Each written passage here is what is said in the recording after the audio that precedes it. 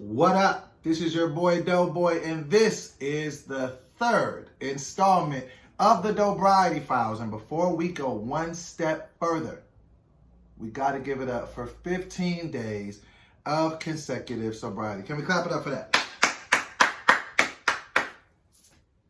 If you guys are on your sobriety journey with me, please hop in the comments below. Let me know how many days you are sober. What are you celebrating? Because I want to celebrate with you. And if you haven't already, please subscribe to the channel. Please sign up for the notification, comment on the video, like them, share them, all that good stuff. It all helps with what I'm trying to do. All right, so let's talk about it. 15 days. Oh, and I also want to give a caveat. Not only am I 15 days sober, I had went 15 days sober in December. I had went from the 10th to the 25th, and then I relapsed on the 26th. So technically, I have 30 out of the last 36 days sober. Clap it up for that. How does it feel to be getting into sobriety? I think since the first time that since the time that I relapsed on June 17th, after 939 days of being sober, I'm finally starting to feel the way that I did before I relapsed. And that's good. What do I mean by that? When you drink every day like I was, there's almost this level of mental fog that you always have. Let me put that down. I'm not even using the computer on this episode. There's like this mental fog that you have. The wild thing about it is, like, I can go back and look at content from when I was drinking all the time and then from when I was sober. Sometimes I can't even watch it because, like, I would have like damn near a permanent slur of my words because I was always some level of drunk back in the day. So like my speech is a lot more better.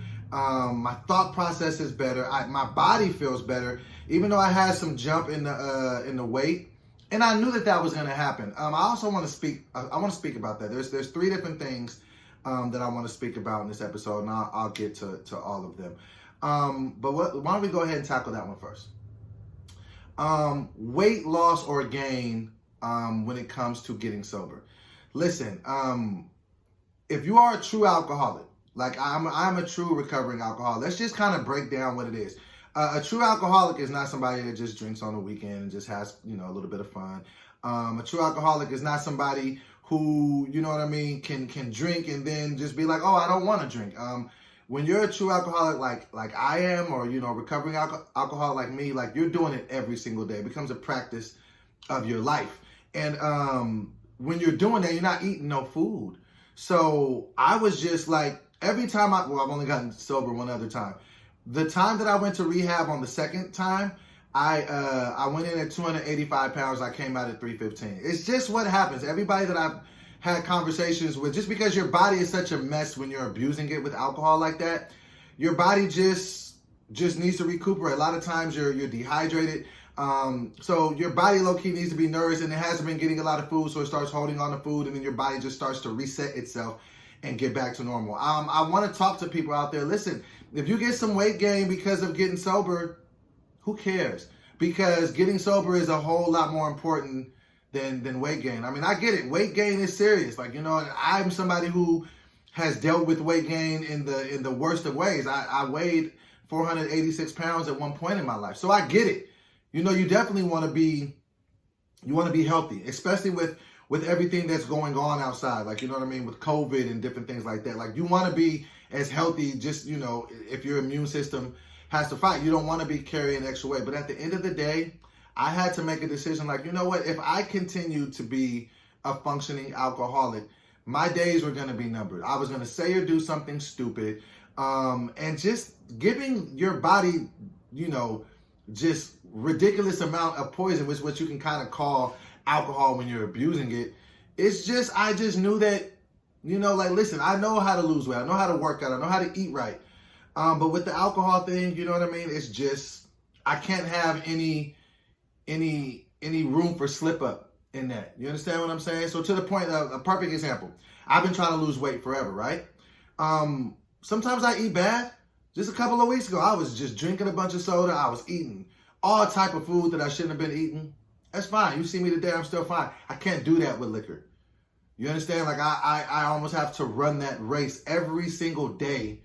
And I can't let it up. It's almost like I have to strive for perfection for that, because once I slip and get in the water, I start drowning. I don't know how to swim in that water. So anybody out there who's dealing with getting sober, listen, when you're trying to get sober, don't worry about the weight gain. Don't worry about it. Give yourself 60 to 90 days to just really dig in and just start living your life like a regular functioning person without alcohol. Don't worry about the weight gain, because like I said before, sometimes if you try to fight all the bullies at once, you're going to get packed out. If that's why, like, even I'm very adamant about getting to my goal as a personal trainer and getting abs and all those things. So, to see myself go from 266 to 282, and it really, to be very, very honest, it wasn't in a week. It was literally in like 20 days. But that's just my body, just recuperating. If that's what it's going to take, if I got to deal with a 20, 25 pound weight gain every time I get sober, that's just more incentive for me to not fall off again, so I don't have to deal with another weight gain. But if I have to pick out of the two, which is more important, me staying sober is much more important than any type of weight gain. So anybody out there dealing with that, man, just give yourself some grace. Understand that you're dealing with a disease. It's difficult enough. You don't need to put extra pressure on yourself. So don't go into it, because I know it's the top of the year and I know we all got a bunch of goals and I get all of those things. Don't overdo it, because if I don't lose any weight the first quarter of the year, the first 3 months, I don't care. You know why? Because my number one goal is to stay sober. So if I stay sober and I gain 30 pounds, I'm okay with that, because you know what? Me being sober shows me that I have a really good fighting chance of doing all the other great things I want to do in my life if I focus on that. So yeah, so that's where we're at. So I want to definitely speak on that. The second thing that I want to speak about, this is going to be the thing that I talk about probably the heaviest here. Because last night, literally, I thought about drinking. Like, to be very honest, I think about it often, but I don't do it. But when I do think about it, I try to get into my mind and say, okay, where is this coming from? Okay. So I wanted to drink last night, and I don't know, it just kind of came out the blue. A lot of times when I get emotional, I want to drink. When I get sad, when I get upset, when my mood swings, it's almost like I want to just drink just to stop thinking about, stuff like this. So I started thinking about when I had relapsed yesterday.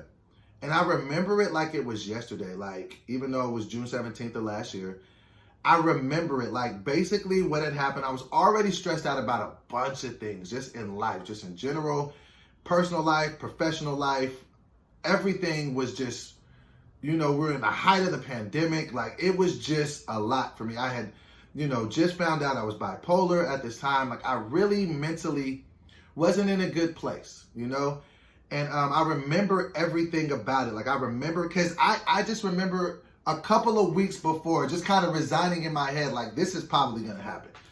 You know what I mean? Because I was just going through a lot of mental anguish at the time, and I was just like, I knew that, I just kind of felt like it was going to happen. They always say, whenever you relapse, whenever you take that first drink, you made the decision way prior to that. That's just a physical manifestation.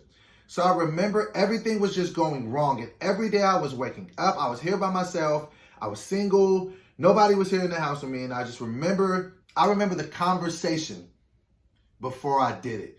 And it was such a bad conversation, and it was just not a positive conversation at all. And sometimes I still can hear excerpts from that conversation, and then it takes me right back to that moment, and then that makes me want to drink. But this is what I was able to assess why I get like that. A lot of alcoholics deal with alcoholic guilt.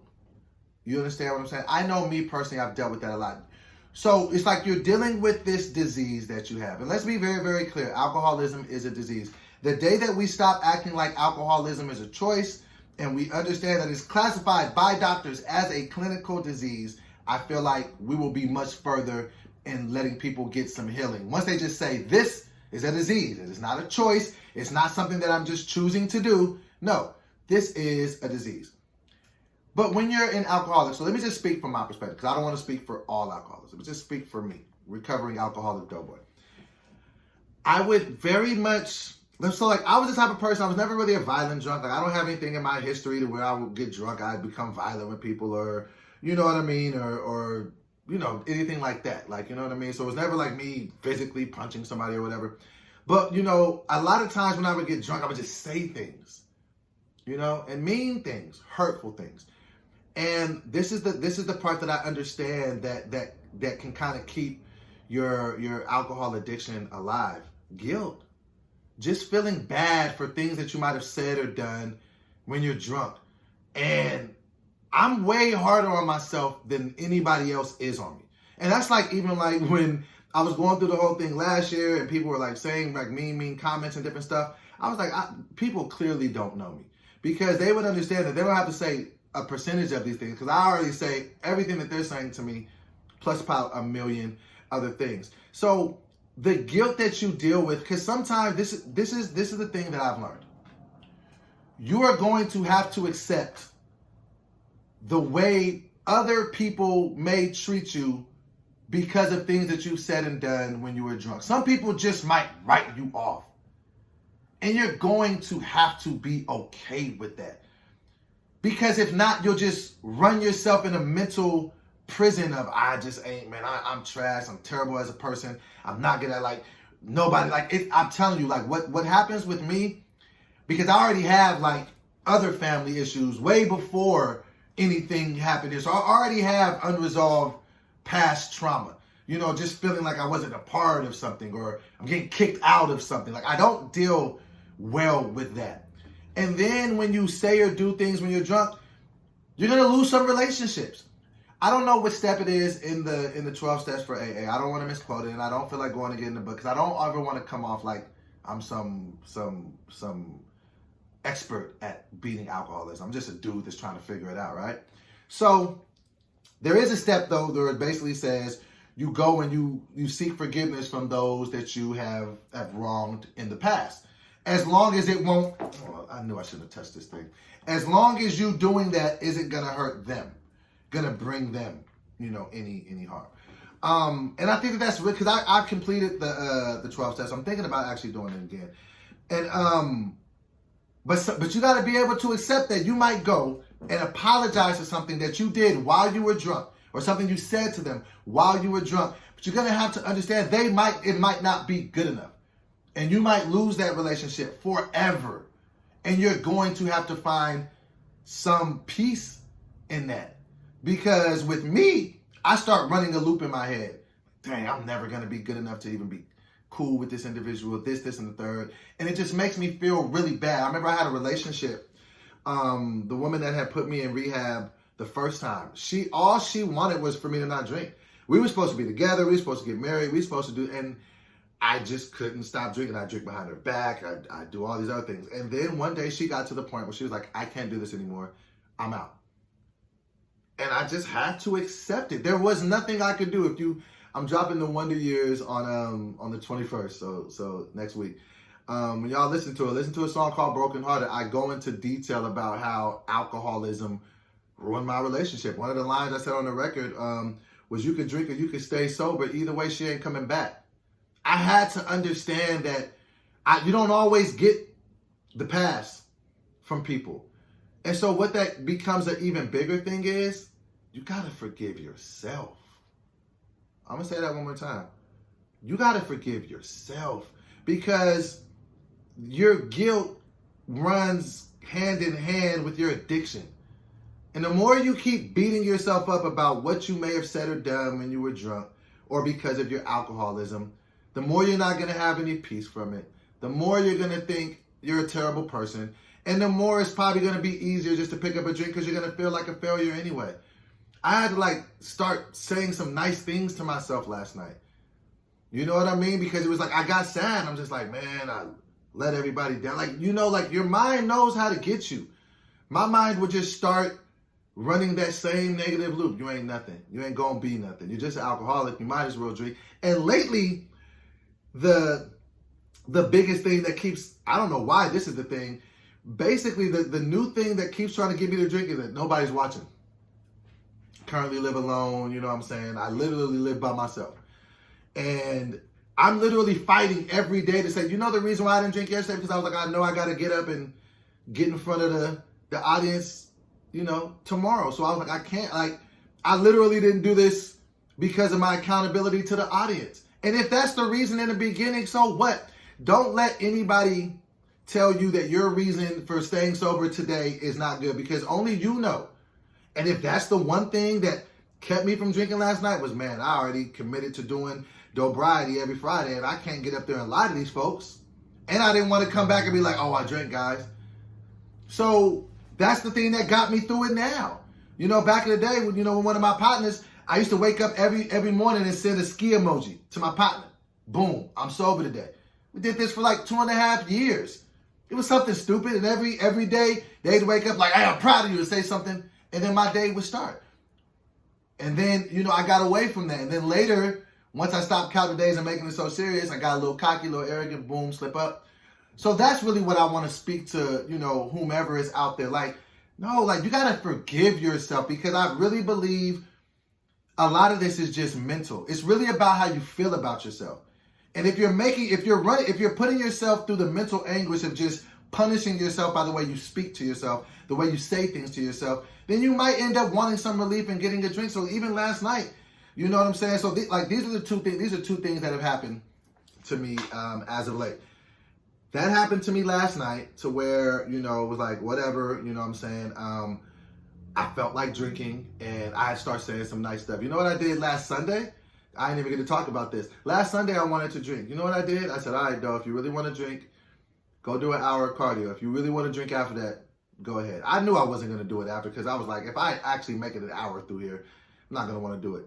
So I really worked out on my day off to stop from drinking. And then, so that's definitely what I want to, just kind of just relay to people. Just, stop being so hard on yourself. Like, I do that all the time, and it's just so counterproductive. It's like the world can be mean enough to you. Like, over the last 8-9 months, I've heard some of the meanest, untrue things said about me. Some were mean, some were untrue, some were true, but they're still mean. And I felt very terrible about myself many times from things that I was hearing, people were saying. It's like, you work so hard for a reputation, and I could eat whatever sandwich I make, but don't just give me extra stuff. People were just saying stuff that just, wasn't true, and it just made me feel terrible about myself. When I internalize how they feel, then I put how terrible I already feel about my own self onto it. It's like you're a sitting duck, like you're gonna want to get some type of relief. Man, be nice to yourself. And go and try to seek the forgiveness of people that you've wronged. But also understand, if it's gonna hurt them by you going and trying to fix it, don't do it. Because you're being selfish, you're just making it about you. And be ready to be dealt with. They might not be rocking with it. I had to deal with situations from, other situations in life where like I would just say stuff like when I was having like my mental breakdown, like I was just saying things, right? Just because everything was kind of going haywire in my mind.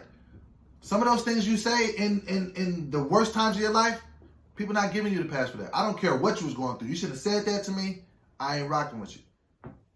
Sometimes you got to be able to accept that, like, okay. But what am I going to do? Am I going to just every day be like, man, I said something when I was going through a mental breakdown, and now I'm not, I lost it. No, it's like, okay, that happened. Try to make amends for it. Forgive yourself. Keep moving on with your life. Because that is a vicious cycle. And I am very under the belief that the way you feel about yourself in your mind is going to be the way you live. If you feel like you ain't nothing in life and you just a loser and you're inevitably going to end up drinking anyway, you probably will. And that just leads me to my last and my third point of what I was coming up with last night.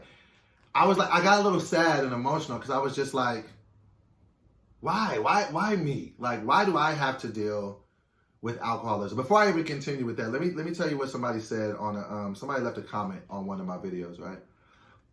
It was like the video that I did the other day. I think it was my podcast. And they said, "Doe, you're a comedian. Can you just do some funny stuff?" And that kind of hurt me because I'm like, look, I want to do that, but I can't run away from what I feel like I'm called to do. And sometimes I feel like it's not fair. Like, I would love it just be funny because I feel like I'm just as funny as the rest of these people and individuals who are funny. I feel like I'm at least on the same level. I feel like I can at least compete. I would love to just be funny and just be, oh man, this is hilarious. I can't help that I feel like God put something in my heart that, no, this is your path. Like I let you go through these things and people to see this so they can see how I operate through you.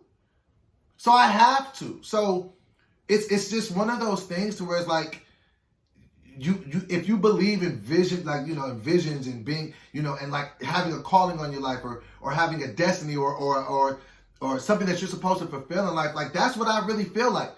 I feel like I've made a lot of people laugh with all the content that I've done over the past 15 years.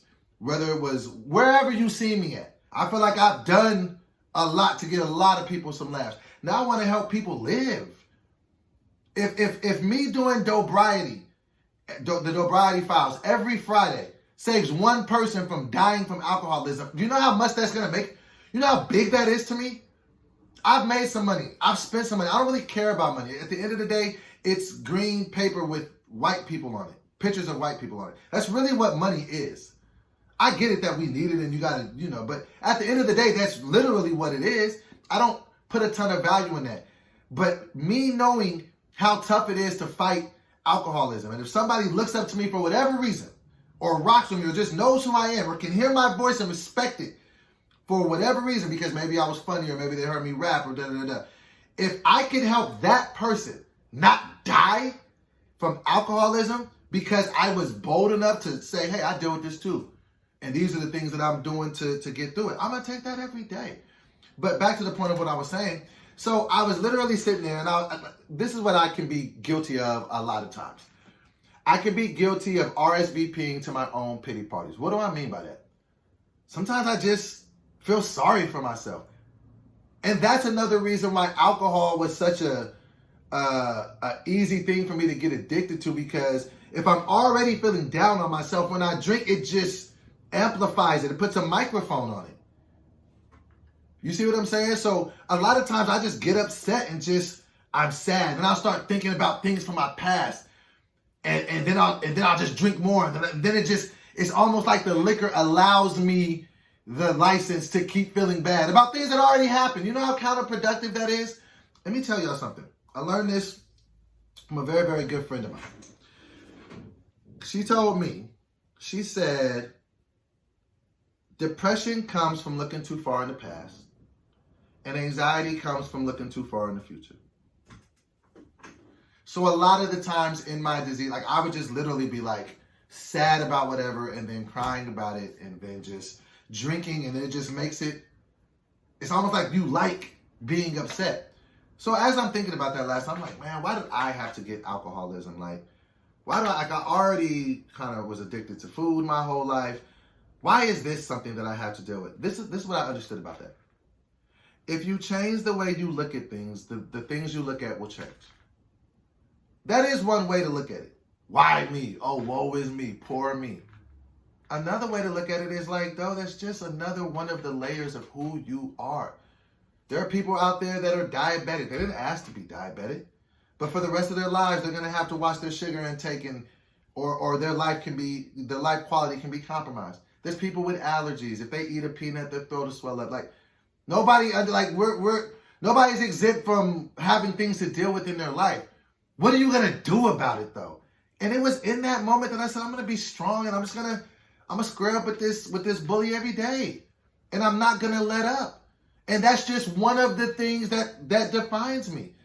There's other things that define me. The fact that y'all are listening to me right now, I'm a content creator. If you listen to the music, you know I can rap. If you see the comedy, you know I can do some comedy. If you see me do stand-up, you know I can do that. If you see me act, you've seen some of the stuff that I've written. You know what I'm saying? If you talk to my mama, she can tell you what type of son I am. I talk to my sister, what type of brother I am. Talk to my kid, what type of dad I am. I'm a drummer, I play drum. Like, there's so many layers to us. Why do we focus so much attention on the things that are perceived to be negative? And why does that even have to be a negative? All right, Doughboy, when you drink alcohol, has an adverse effect on your life. Millions of people deal with that, if not billions. Get over it. You're not special. Deal with it. All right, that's one thing I got to deal with. You know what else happens to me? If I eat a bunch of food, I'm going to gain some weight. You know what else happens to me? If I go and bust my tail when I work out, I lose weight. Thank God that I'm able to even get up and walk and have full control over my limbs. I feel like it's just disrespectful to the problems of other people when you just complain so much. Yes, I'm a recovering alcoholic. That's just part of who I am. And one day it's going to be a really interesting chapter in the story of my life. And at least, if nothing else, I can have the wherewithal to stand on it. Okay, I go through this. I deal with this. And at least I'm trying to turn it into a positive. I could use my platform for a million things. I could just be like, yo, I want to just go viral all the time and get these checks. I've gone viral a couple times. You can check the points is on the board.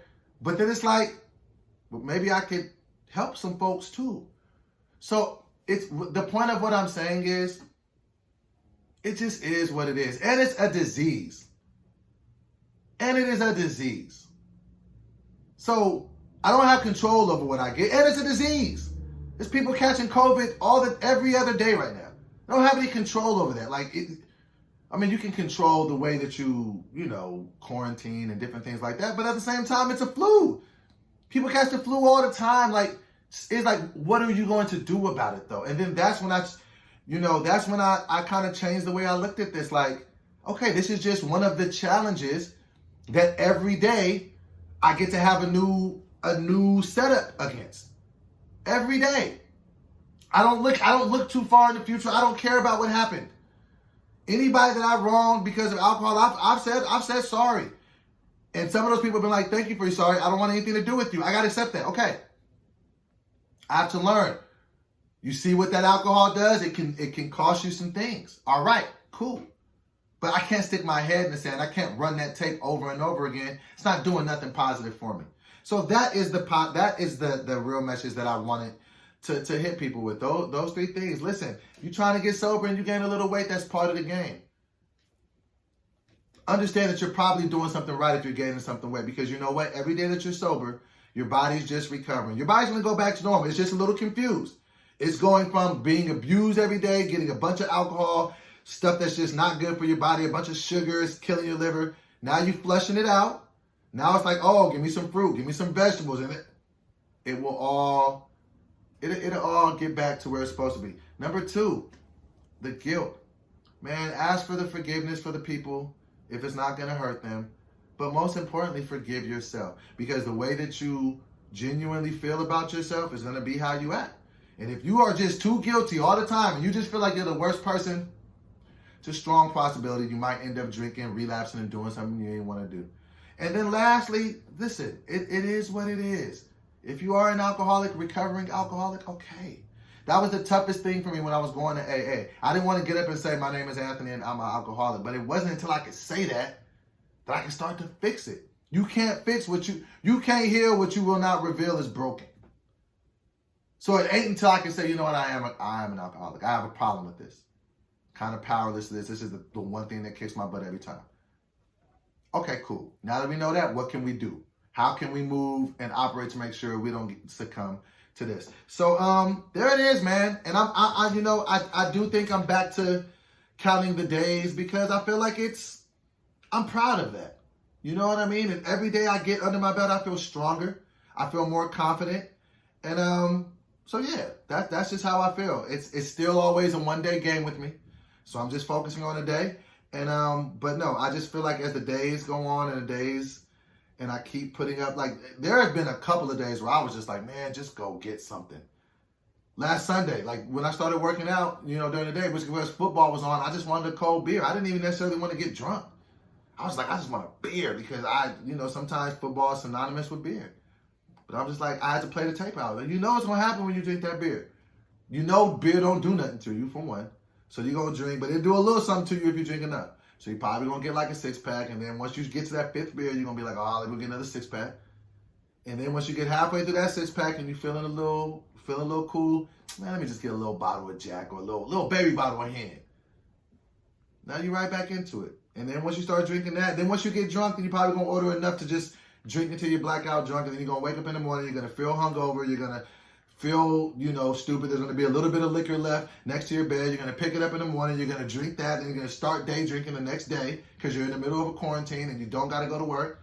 and you're going to be drinking during the day, then you're going to pick up the phone, you're going to say something stupid, and you're going to like, I know how it's going to go. Doing the same thing and expecting different results, it's insanity. I don't want to do that. So now I just play the tape out and I move accordingly. So I hope this episode has been good for you guys as it has been good for me. This honestly is very therapeutic for me. Thank you guys for all the comments that you leave. Not even necessarily worried about like how it performs view-wise, even though the first episode did really good. Second one, not as good, but whatever. As long as there is people engaging in this content and being helped from it, this to me might be the most important piece of content out of the 3 that I've committed on Monday, Wednesday, Friday. Monday, Get Fit, Say Less. Wednesday, Doughboy 2.0 show. Friday, Sobriety. This, to me, it means the most right now because I'm very, very passionate about not only staying sober myself, but helping as many people stay sober. The weekend is here. Make sure you guys act accordingly. If you don't want to drink, don't put yourself in those situations. Listen, a lot of people throwing kickbacks and stuff. And listen, man, if you are an infant in your sobriety, act like that. Don't put yourself in situations where you got to be strong enough to make a decision because a lot of times you might not be able to be strong enough. Strength comes with reps. I could go work out today. I could try to, lift 315 pounds, but I might hurt myself trying to do that. Or I can go to the gym every day. Okay, 225. Okay, 250. Okay, 270. Build it up. That's how you got to do with your sobriety. When I'm in my first 30 days, that's why I'm kind of glad that we're in a pandemic. I'm going nowhere. Because if I hear glass hitting if I hear ice hitting a glass, I'm like, where the drink? I'm not going to nobody's house for a Super Bowl party because most people gonna have liquor there. I don't want to be around it. I don't want to have to white knuckle it and see if I'm strong enough to make a decision. Because most times you're not. So just move accordingly. You know what I mean? If you are around liquor, you know what I'm saying? Get you a Diet Coke or Sprite and babysit it. You know what I'm saying? People offer you a gym. Oh, no, I'm good. You know what I'm saying?